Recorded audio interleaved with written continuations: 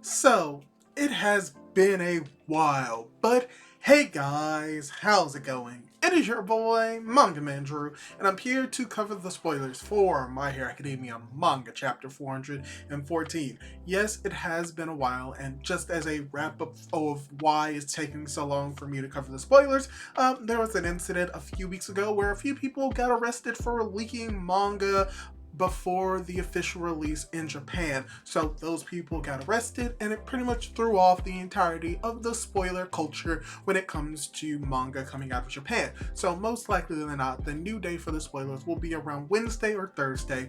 We are just getting the spoilers coming out right now, so this is going to be a different video. Most likely I'm going to have a little bit minimal editing, but what I'm going to do is try to get straight to the point and talk about the spoilers that we have in a little bit more condensed style. So let's just dive right into the video and talk about the spoilers. And for starters, the title of the chapter is Chapter 414, Overlay. And the chapter begins with Banjo impressed by Deku using Black Whip to move his own body, and In shocked that he put the idea into practice so quickly. Kudo then says that Deku doesn't just obey orders, he uses all the knowledge he has about quirks to make One for All shine. Deku doesn't know if he'll be able to keep up with Shigaraki's speed without gear shift, but he has to trust the plan. After all, One for All can only be transferred if Deku consents. He decides that he'll do it by dropping his blood into Shigaraki's wound. The thing is, Shigaraki heals very quickly. He'll have to attack and then do the transfer in a matter of seconds. He's this close to losing consciousness due to Gear Shift's recoil, so he'll only get one chance to do it. Shigaraki's POV: he got a bad feeling from the last attack of the previous chapter, so he cut off his own hand, and before Deku got close, even though he's in pain and can't breathe, the boy has a plan. If he were normal, he'd be focusing on surviving. If he were normal. ... And from what we're getting with this part of the text spoilers, this is where we're pretty much getting the confirmation of what the plan is going to be for Deku to transfer over Kudo, or the part of Kudo, into Tomura Shigaraki. They have to destroy his body and plan on transferring it through the blood with consent, but that because of how powerful Shigaraki is, Deku doesn't think that he's actually able to do it, but that he's still going to put faith in the plan and try to attempt to do it no matter what. As well as from what we're getting with the spoilers, we're really focusing on the idea that the reasoning why One for All is shining so brightly is not because Deku is great at following orders, but that he has a vast understanding of how quirks work, and that's coming from the fact that he studied quirks pretty much his entire life. So it's cool that we're really getting to dive a little bit more into that aspect of Deku and really showing why he's a great user of One for All, not because he knows how to use the quirk, but knows how to use quirks in general, and that's great and beneficial for him, especially in this fight. And going into the next part of the text spoilers, we have Shigaraki starts to scratch his neck. It doesn't matter, I'll just keep destroying you, this country, everything. The next page has a very cool panel without any text, just the two of them flying towards each other. Deku uses smokescreen, and In is confused since he knows he's useless one. Tomura touches the ground, but he realizes that Deku used black chains to tear out a huge chunk of the ground and prevent decay from spreading. Tomura remembers the flying UA security system. Danger Sense warns Tomura that One for All is coming from behind, and he turns around, but it was Gran Torino's cape, which gets decayed.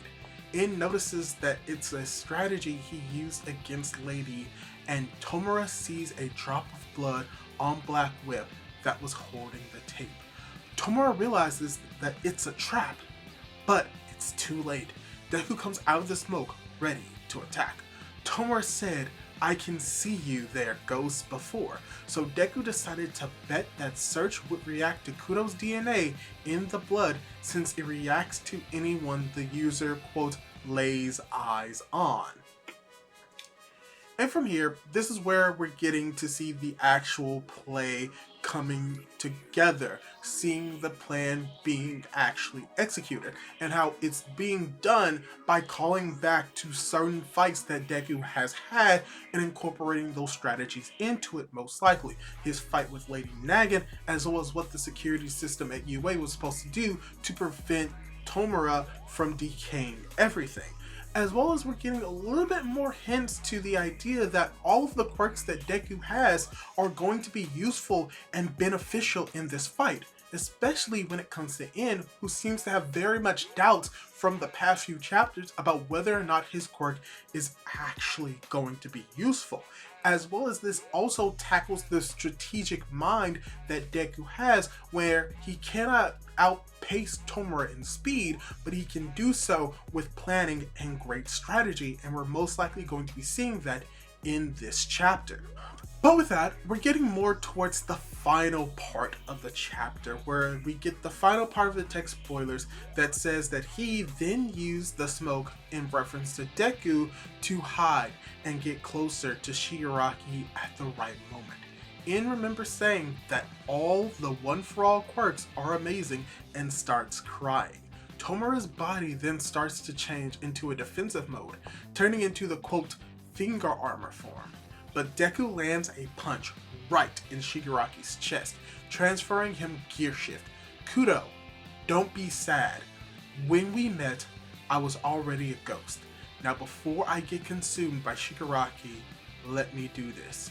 Kudo's vestige hits Shigaraki's inner world like a meteor causing damage. And then, after the punch, a weird thing happens. In person, you're super gross. This handsy guy, Mr. Staney's friend, right? I want to join too. You're the League of Villains.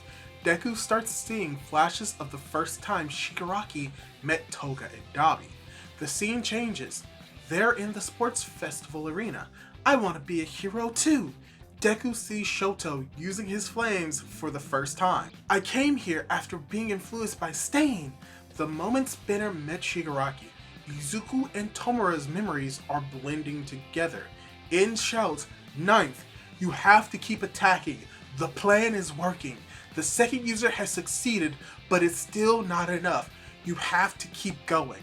Deku then prepares to transfer the next one-for-all quirk, and the chapter ends. No break next week. So, this is very interesting. For once, we're getting most likely the confirmation that the plan is actually going to work, and we're actually seeing Kudo break through the barrier inside of Tomura Shigaraki, but something interesting seems to be happening, and that they are sharing memories with one another. Deku with Tomura, and Tomura with Deku. And I'm going to tie this more into the actual review proper, but this is most likely going to be tying into what Tomura said about how Deku doesn't understand him and that he can never understand him. Well, this is going to be a way that they are going to understand each other, and how this is most likely going to be building up to the moment where Deku will actually be able to save Tomura. So this is going to be very interesting, and whether or not this confirms that Kudo is dead is up in the air, but most likely than not, what we're getting from the spoilers, this is his death for the final time. But yeah, this is all that we really have for the spoilers. I think this is going to be a very interesting chapter to come back on after we were on like a little break. Also, just as a reminder, the reason why this chapter is coming out another week later is because Horikoshi just suddenly got sick, but apparently he's doing better, so hopefully Horikoshi will be doing better and continues to stay in good health. But yeah, that's all I really have to say for this chapter. I'm probably just gonna upload this real quick, but hopefully you enjoyed the video. Hopefully you enjoyed the spoilers for this chapter. And let me ask you this, what did you think of the spoilers? Did you like them? Did you dislike them? And do you think that this is going to lead to potentially Deku learning and understanding Tomura? Leave your thoughts down below, and don't forget to subscribe to my YouTube channel for more content like this. Do all that cool jazz, and hopefully I'll be able to catch you in my next video. Goodbye!